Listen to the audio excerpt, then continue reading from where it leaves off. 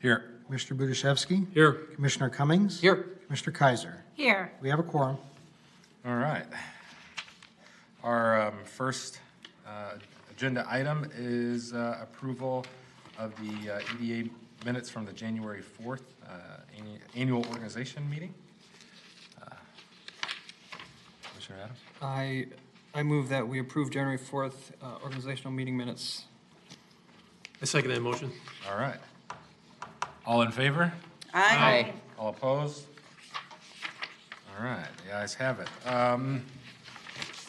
Next, we have the presentation of the 2021 annual report.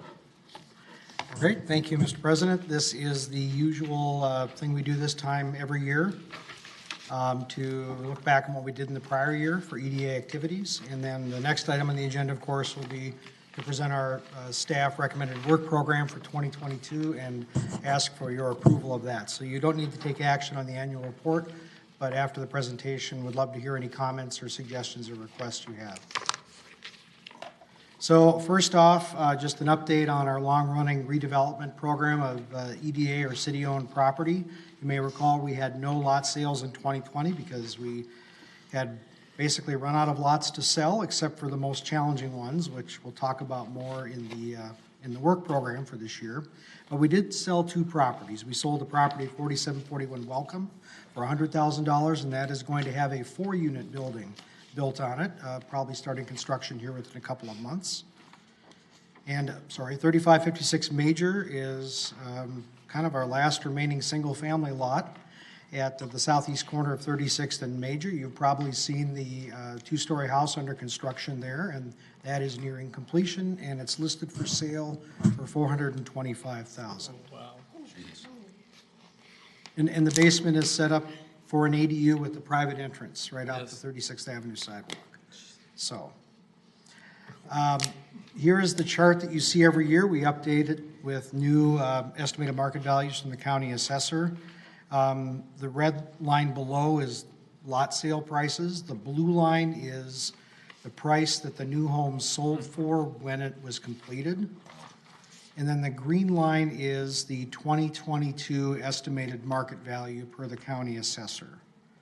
So as you can see, homes sold further ago in the past have had more appreciation, which is the green line, the current value relative to what the home sold for when it was first put on the market, when it was built. And naturally, over time, as you get closer to the present day, those two lines are closer together. And then this chart, again, an updated version of one you see every year. The red bars indicate property or homes demolished, and the green indicates a number of new units based on properties sold in that respective year. So right in the middle of the chart were sort of the depths of the crash after the mid-2000s housing bubble.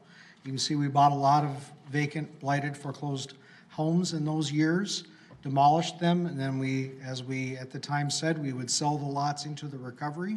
That's exactly what we've been doing, to the point now where we just don't have a lot of property left, which is a good thing. It's not a problem. It just means that I think we succeeded with what we set out to do more than 10 years ago when that housing crash hit, and a lot of vacant, foreclosed homes were sitting on the market in Crystal. So that's what this chart is showing.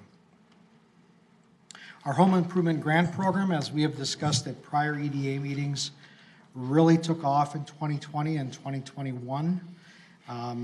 We did have to amend the budget, I think, on 2 different occasions over that 2-year period.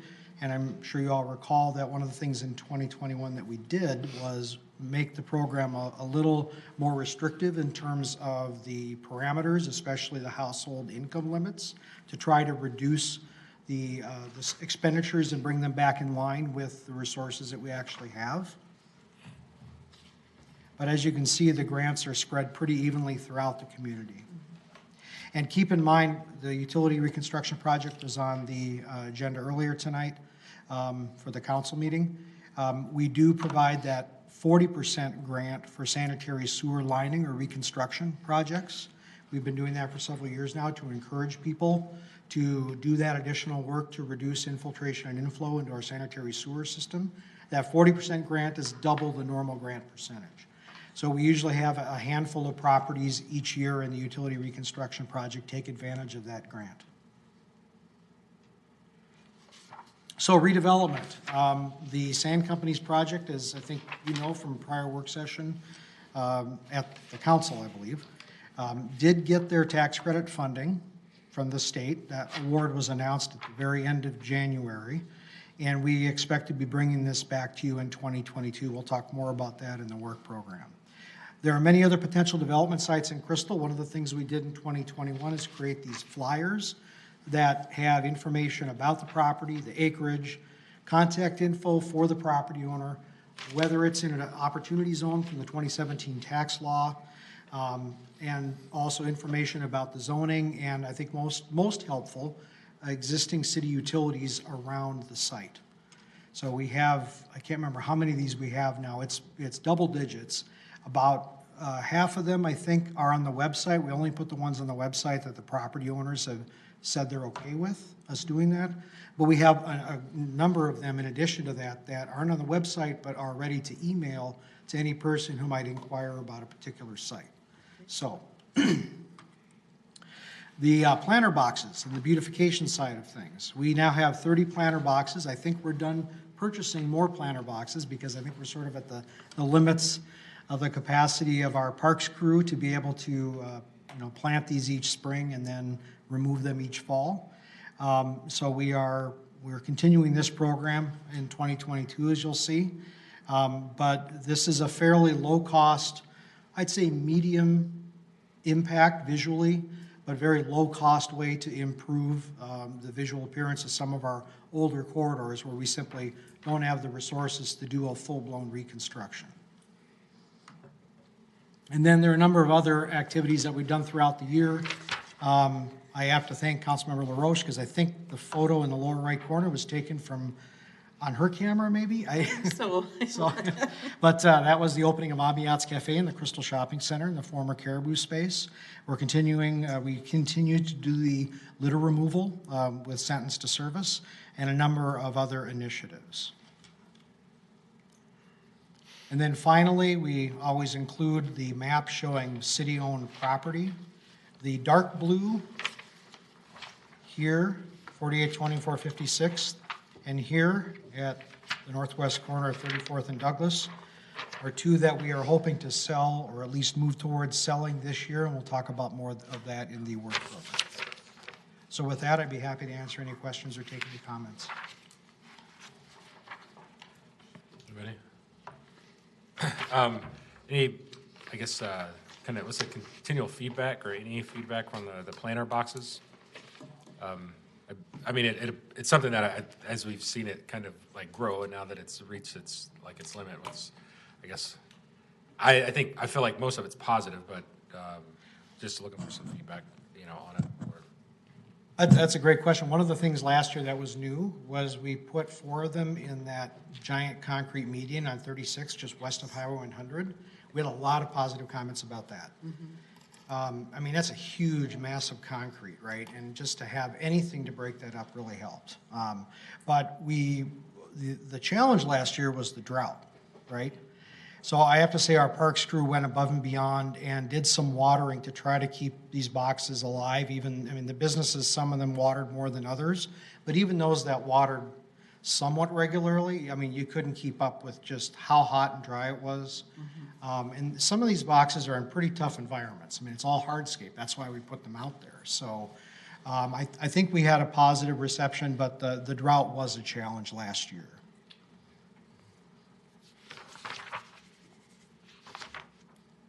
Anybody else? Oh, just a quick question on that. When you say weeding and watering by adjacent businesses, is that mean like the weeds that you see in the crevices of the concrete, or is it weeding the actual boxes, or? The boxes themselves. Okay. These are actually, once the plants get established, there's not a lot of room for weed seeds to get in there, but if they do, they can take off because it's a really rich environment for them, right? True. So that's why we say we don't just want you to water the boxes, we need you to pull any weeds out that start growing in there. Okay. And so that's what that's about. Great, thank you.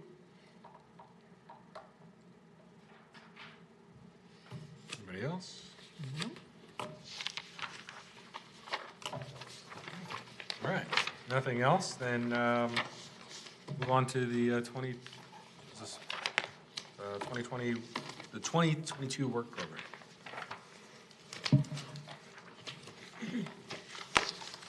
Thanks again, and so let's start with the grant program.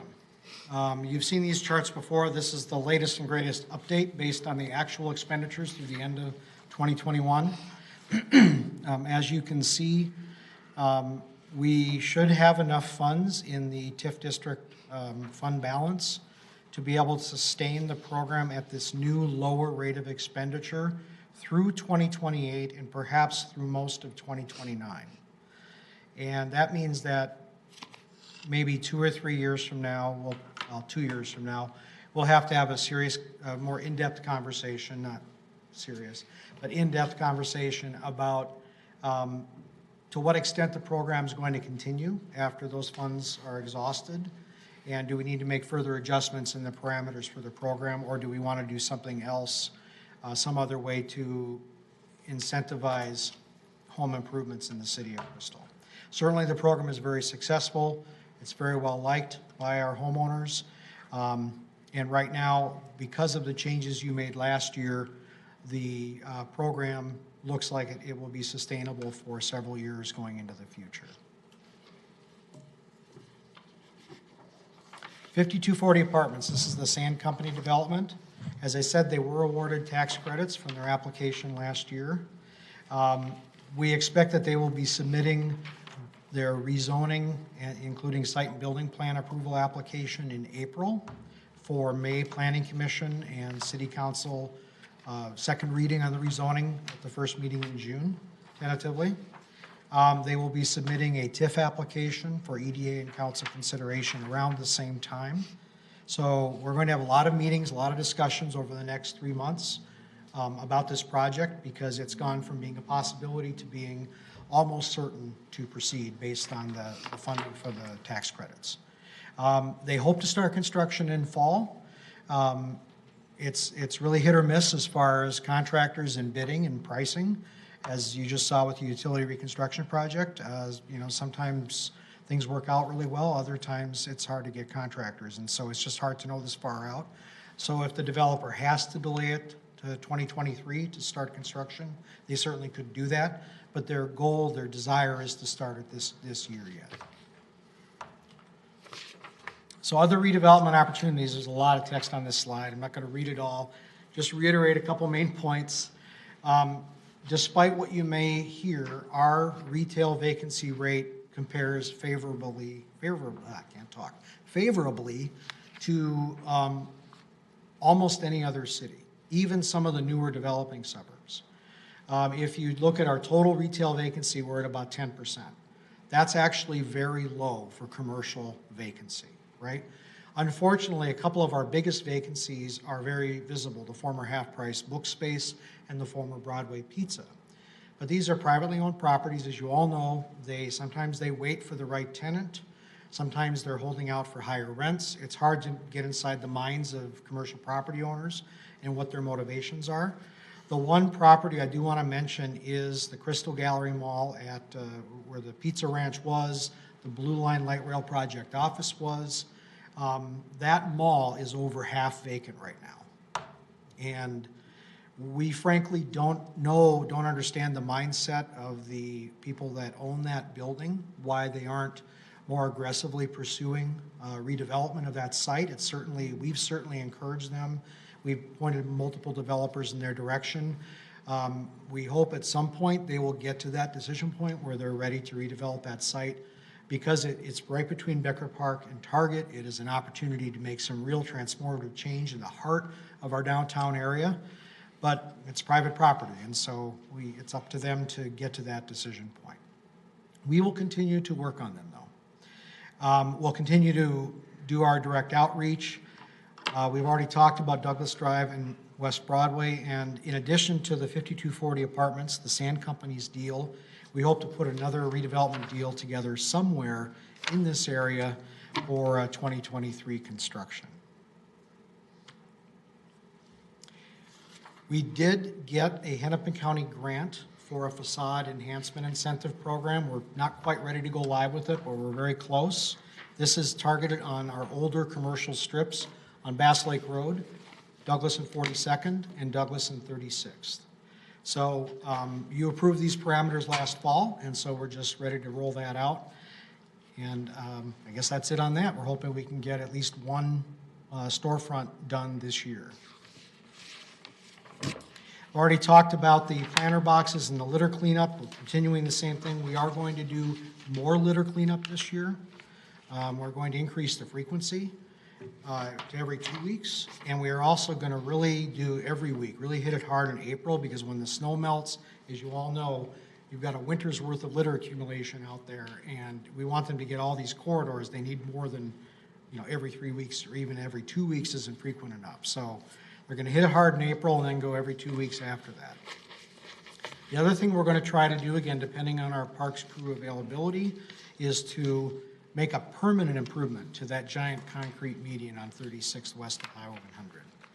Cut out the center of it, put in trees and other low-maintenance plants, not running power to it, not running irrigation to it. Our parks crew would just water it the first 2 to 3 years until the trees and other plants are established. And that we think that would be a relatively low cost, but definitely high impact way to improve Crystal's image and just make people feel better about the community and other good things like that. So we are hoping that this fall we'll be able to work that into the parks crew schedule.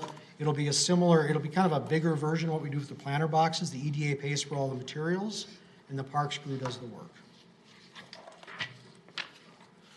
Finally, didn't get to it in 2021. We're hoping this year to try to do some more murals, or maybe some of those wraps or painting of the traffic control signal boxes, those little silvery metal boxes you see at intersections.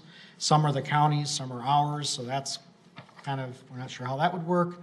Also, there are some rumblings at the county that maybe we'll do a Cultivate Botano 2.0, which is the one we use to pay for the mural that you see on the screen, as well as the Art on the Strip event and a lot of other art-related things to try to activate some of these public spaces in downtown Crystal. So if we're able to get some of this outside funding, including private funding, one of the things we'd like to focus on is trying to dress up some of the existing public or semi-public spaces in our downtown area. The town center branding, all we've done so far with that is we used it on our flyers promoting those development sites that I talked about in the annual report.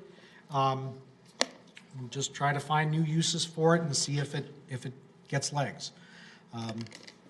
Too soon to tell. And finally, we continue to do small business promotion. Again, we don't have a lot of funds to work with. We don't have dedicated staff for that. We're trying to leverage outside organizations like Open to Business and use social media and other low-cost or no-cost means to try to raise excitement about the existing small businesses we have in the community.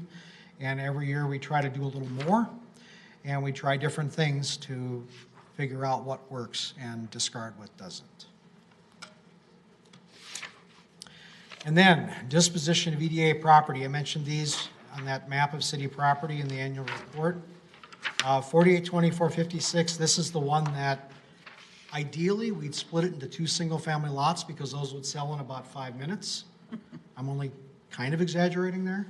Unfortunately, we would have to cut into Bass Lake Road to put in a new set of water and sanitary sewer services for the second lot. And the county has a prohibition on that because they just overlaid Bass Lake Road a couple of years ago. So staff opinion is that the next best option is to market this for construction of a 2-family dwelling. It already has 2 existing curb cuts, and the lot is very, very large. It's almost half an acre.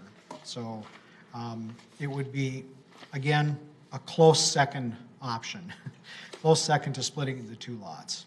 So right now we have to wrap up the environmental study related to the leak site at the former gas station to the east. And we have a whole list of steps that we're going to go through that I won't go through all of those, but our goal is to get this lot ready to sell so that we can have the public hearing on the lot sale by sometime this fall, so that the builder could start construction this fall, if they wish. And then the other property is at the northwest corner of 34th and Douglas. This also is a leak site, but it's guided differently. It's medium density, not low density residential. So under our ordinance, this site could have up to 16 units, not just 2. There's more significant contamination than there is at 482456. In fact, there's very little on our lot. It's just adjacent to it. In this case, the contamination is actually on our property from the uses that were there before. Because of that, the idea of doing townhomes or attached townhomes, whatever kind it is, doesn't really work because the mitigation measures are really only feasible if it's a single building or maybe 2 single buildings. Because rather than have, like, if you have 16 townhomes, have 16 separate mitigation systems for the soil gases, for example. So with this one, we're going to need to have some kind of what they call a response action plan that will spell out what exactly they need to do with the building design and construction to deal with the contamination. But it's a chicken or egg problem because before MPCA will approve a response action plan, they want to know what exactly the development is going to be. So first we're going to do an RFP, ask builders, developers to make proposals. And then you will pick the best one, and then we prepare the response action plan.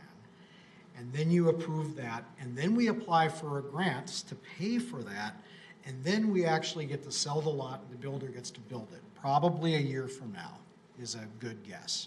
So that's that convoluted process laid out in the bottom left-hand corner of the slide. And so this one we probably won't be able to sell this year. It would be a 2023 property sale, but presumably construction would start in 2023 as well. So that's the plan for that lot. So with that, I'd be happy to take any questions and hear any discussion. And of course, we would ask that you approve the work program for 2022.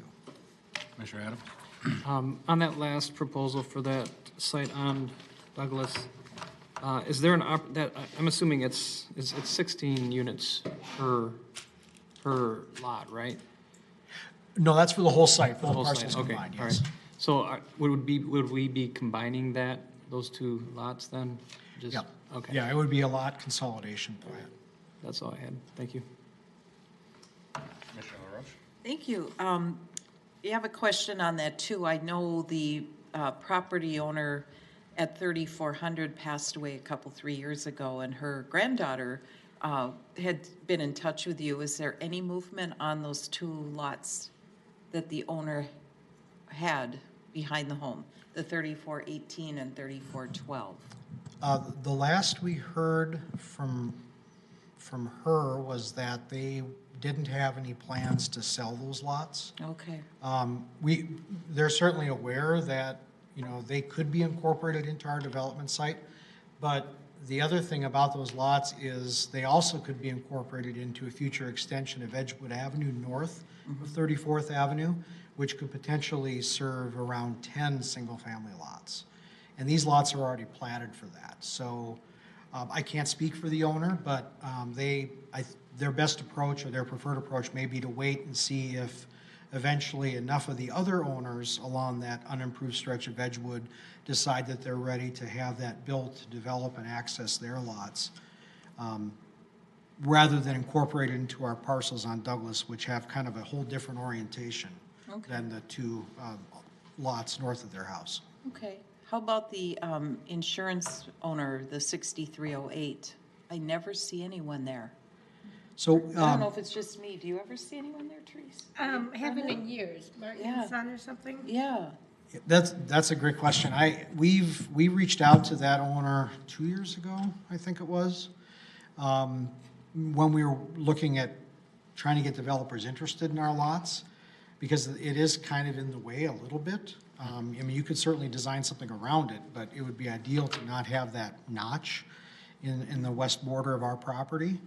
But just looking at the aerial, you can see there's a relatively large amount of building value relative to the size of the lot, right? And that always makes it hard to make the numbers work for redevelopment. And I don't want to sound like a broken record here, but he kind of gave the same standard response as, well, I don't really want to sell, but if the money's right, I'd be interested, okay? So, we did connect him with some different developers that were looking at our lots, and the discussions didn't go anywhere. So And that's Brett, where that is. I had a question, going back to the beautification slide on the median planting on 36th Avenue, which I really love that idea. And I know it's MnDOT property, right? That on the, would it be northwest corner? Yes. I Right. know we really couldn't do anything, right? Because they pretty much just dump snow and, The snow lot. right? And another great question. We had a developer looking to build something there. They were willing to, and we went to MnDOT, and they said, no, we really need that for snow storage. We went back to them again, and it just kind of disappeared into MnDOT. Imagine In a that. galaxy far, far away. Their focus, of course, is different, and they have so much property everywhere and such a massive system that this little parcel of land isn't really significant enough in their world versus our world, where it kind of sticks out, right? Why is that Right. vacant land there? Yeah. We haven't given up on that, but, at some point, I'm hoping MnDOT will approach us and say, we've now decided we're ready to sell that. So, Okay, maybe someday. Well, thanks. And then I just had a quick thought lastly on the small business promotion. Just popped into my head about maybe businesses could do, or restaurants in the area could do pop-ups. There was one in Robbinsdale, right off 36, was it Mama Donato's? yes. Where they would put up tents like once a month and sell food out in the parking lot. And it drew a lot of people, and I just wondered if that's something maybe we could do to stir up and promote local businesses and eateries. It's a great idea when we don't have anything in our ordinances that would stand in the way of that. It's just, I don't know how to put this. I guess my conversations with business owners is they're busy. Like most of them the early part of the pandemic was really rough, especially on bars and restaurants.